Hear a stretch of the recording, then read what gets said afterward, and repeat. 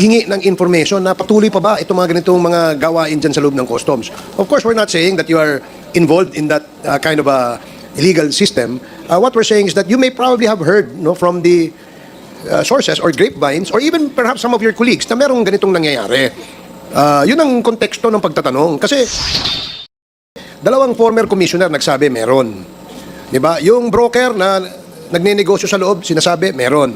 Yung intelligence officer na taga-loob ng customs, sinasabi meron. Ikaw na taga-loob ka ng customs, sinasabi mo, hindi mo, wala. Diba? So ano yun? Please, you probably have heard that there are stories about the TARA system inside. Kasi sa tagal mo dyan, imposible eh. Di ba, attorney? Yes, please. Your Honor, can I expound, Your Honor?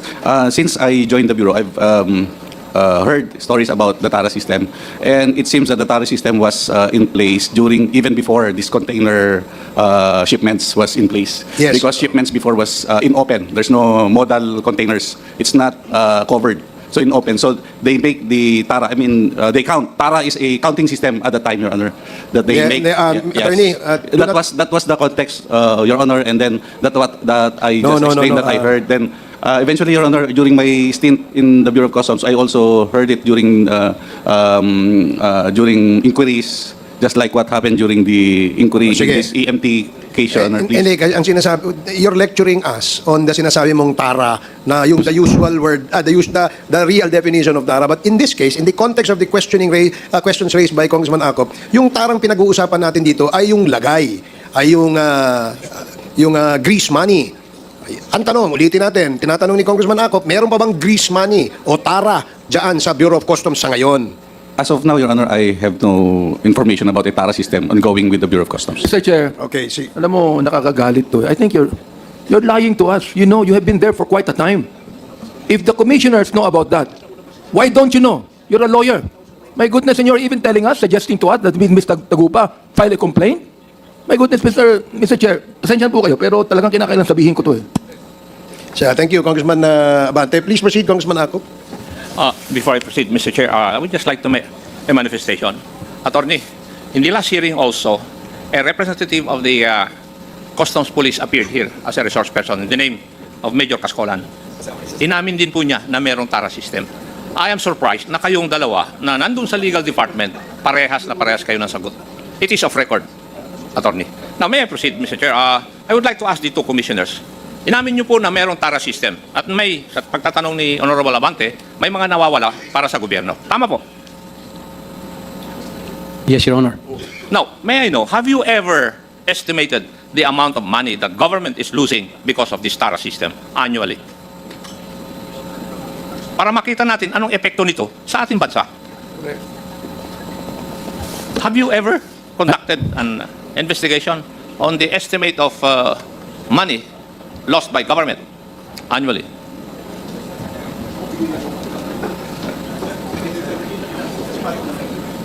Mr. Chair.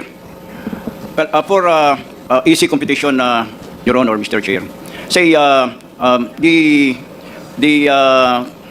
container ban is valued at with your indulgence, my question is, have you ever conducted an investigation to estimate the amount of losses of government because of the TARA system? Have you ever done that? During my time, I did, sir. You did. Yes, Your Honor. How about you, Commissioner Sid? yes, Your Honor. Now, what was the result of your investigation? May I know? During my time, Your Honor, there's around 2,500 containers coming to the country every day. If the TARA system applies at that time, it's around 30,000. So annually, the government is losing around 27 billion, Your Honor. B? Yes, Your Honor. That's my estimate during my time. 27B per year. Yes, Your Honor. Based on the 2,500 containers coming in daily during my time, Your Honor. Sid? Yes, Your Honor. Well, practically it's almost the same, Your Honor. Yeah, if you compute losses of 200,000 per shipment at 10 per importer, and if you have 250,000 containers, so if the value of that 250,000 is So 2,500 containers a day. Yun po ang statement ni Yes, Your Honor. Commissioner Faldon, hindi Yeah. 250,000. Yeah, I agree with the computation of Commissioner Faldon, Your Honor. That would be the same amount. Yes, Your Honor. Now, may I ask the current Bureau of Customs, the representative, do you know of this? Siguro wala dahil you do not know whether there's a TARA system or not. Tama po ba, attorney? I don't have I don't have those numbers, Your Honor. You could just imagine if the calculations of both the former commissioners would be true, 27 billion na nawawala sa atin annually. Thank you, Mr. Chair. Yun lang po ang gusto kong malaman. Thank you, Congressman Akop. The next to interpolate is Congresswoman Franz Castro. You have 10 minutes. Short lang, Mr. Chair. Ika-clarify ko lang mamaya sa EJK, may mga series of question ako dun sa ating mga resource person. So para hindi lang ako mawala doon sa opening po ni Representative Abante dahil gusto rin natin, dahil in aid of legislation, magano tayo ng amendments daw tungkol dito sa sinasabing command responsibility, Mr. Chair. And parang mayroong time constraint yata si Attorney Nery Colmenares. So kanina po, Mr. Chair, Chairman Abante mentioned about some police officers defense that they only followed yung mga orders. So what does the law state with regards to this? At saka yung pwede bang maka-get away yung mga police po na sa crime claiming itong command responsibility? Ano po ba yung law na nagsasabi doon sa command responsibility? So gusto ko lang malaman baka meron tayong pwedeng i-revise doon sa sa batas. Okay, thank you, Mr. Chair. Well, I heard the statement of Congressman Abante about some officers saying that we only followed orders doon sa EJK, no? And even other illegal orders na nalalaman ngayon. Well, the law, Republic Act 1951, if you wish to go into that, says that una muna, sa illegal orders, hindi mo pwedeng depensa sa korte na inutusan lang ako ng aking superior. Kasi may requirement ang batas. The first requirement of the law is that the police who claims na inutusan lang siya, may order sa kanya, he or she must have an obligation to legal obligation to follow the order. So kung colonel ka o general ka, pwede mo bang sabihin sunod ko lang si colonel Hindi pwede. Kasi si general, wala siyang legal obligation na susundin ng utos ni colonel. That's the first element of order. Second, that the police officer claiming na sumunod lang siya sa order does not know that the order is unlawful, or that the order itself dapat is not manifestly unlawful. So pag inutusan ka, patayin mo, defenseless person, sabihin mo lang ng laban, klaro kaagad sa police na illegal yung order. Hindi pwedeng sabihin niya, hindi ko alam, illegal pala yun. Parang, di ba, it's really unheard of. Pag dinipensa niya sa korte, that defense will not prosper. So basically, yun muna ang doon sa claim na I just followed an order. Ngayon doon naman sa command responsibility, there is also a law that prohibits that. Ang batas, ang nakalagay sa batas, Mr. Chair, is this: that the superior is criminally responsible for the crimes committed by his or her subordinates, where, one, the superior knew that crimes were being committed by his subordinates. Pwedeng sabihin ngayon ni General, hindi ko naman alam na nagko-commit ng crime pala ang aking subordinates. Pero ang batas placed a safeguard there. Ang sabi ng batas, or owing to the circumstances, you should have known that crimes were being committed by your subordinates. So, Mr. Chair, pag nangyayari ang EJK libo-libo mula apari hanggang hulo, at libo-libo rin nanlaban bigla, then that is already fulfilling the requirement of command responsibility. Even dito sa mga TARA system, if you were ordered by somebody, yung red lane yan dapat inspeksyonin yan Technically, by analogy, yan red lane yan dapat inspeksyonin yan. Inutusan ka ni sino man sa taas mo na hindi, ilagay mo sa green lane, may command responsibility ba si Commissioner? Yes. By analogy. Kasi he should have known, owing to the circumstances, he should have known. But there is another component to command responsibility. Not only this circumstance na, alam mo o hindi mo alam, but also the law states that the superior failed to have the subordinates investigated by competent authorities. Medyo papasok din yan sa command responsibility. Hindi mo pinaimbestigahan. Ginawa na yung mga illegal na mga yan. Of course, if it's RA 1951, extrajudicial killings, but by analogy nga sabi ko, even yung mga utos na, yung tanong kanina ni Chairman Abante na hindi mo alam. Parang, di ba?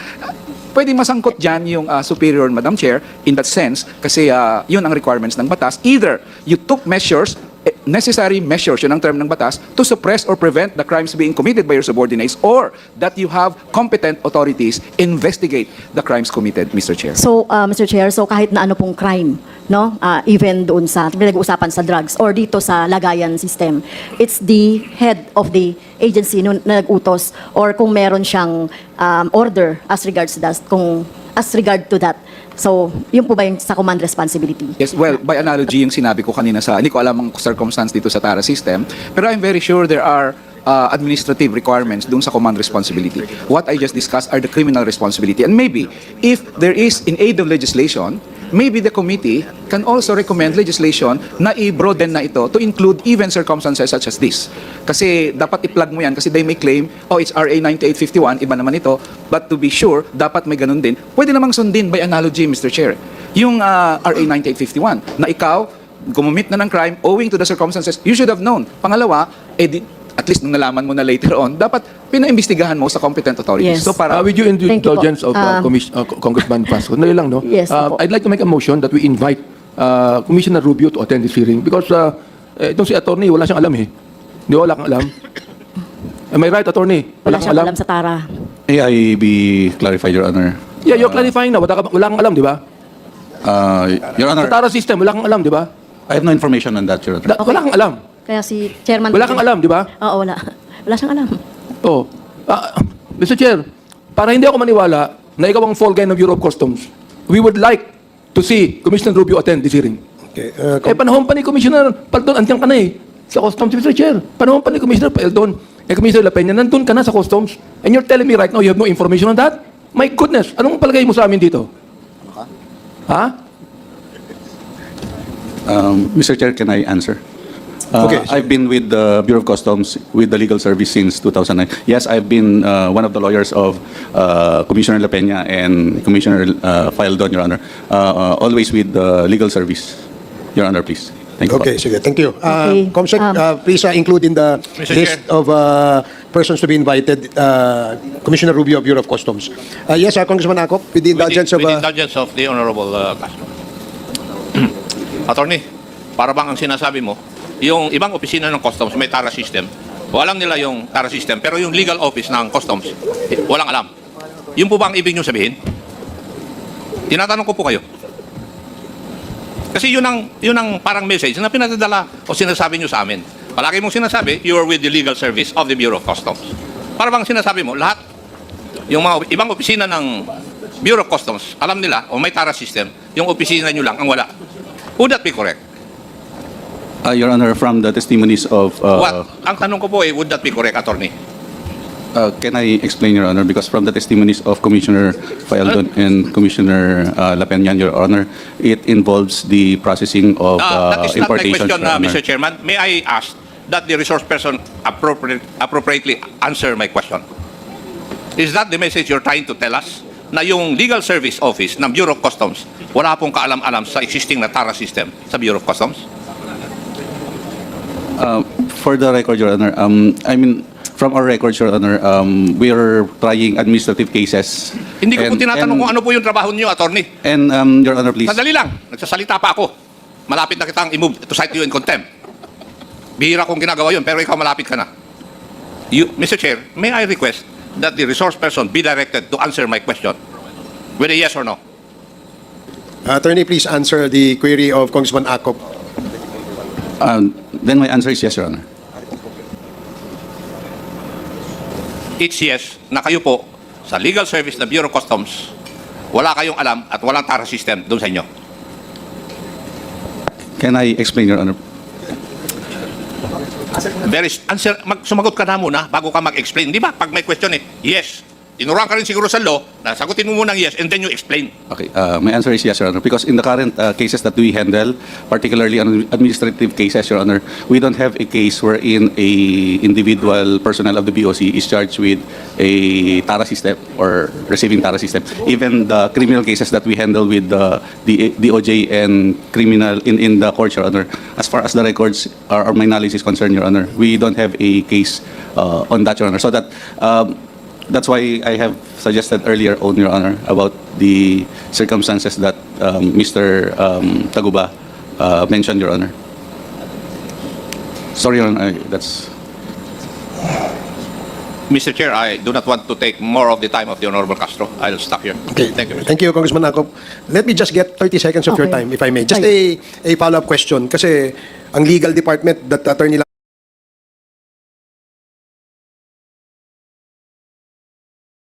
Langkay heads, apparently, according to him, has no knowledge about the TARA system. Ano yung... Of the Honorable Castro. I'll stop here. Okay. Thank you, Mr. Thank you, Congressman Akop. Let me just get 30 seconds of your Okay. time, if I may. Just Right. a follow-up question. Kasi ang legal department that Attorney Langkay heads, apparently, according to him, has no knowledge about the TARA system. Ano yung kaya natin yung nagbibigay ng TARA? Mark Taguba, inamin mo naman na ang kasalanan mo ay yung nagbibigay ka ng TARA, di ba? Yes po, Your Honor. Okay, kasama ba ang legal department sa TARA? Wala po, Your Honor. Okay, so thank you. Now you may proceed, Congresswoman Castro. Okay, so related po sa command responsibility, no. Kanina, Mr. Chair, inamin naman ng former commissioners natin dito, no, si former Commissioner Faeldon and La Peña about the TARA at alam nila 'yon. So gaano po ba ito kalawak itong sinasabing lagayan system dito sa BOC?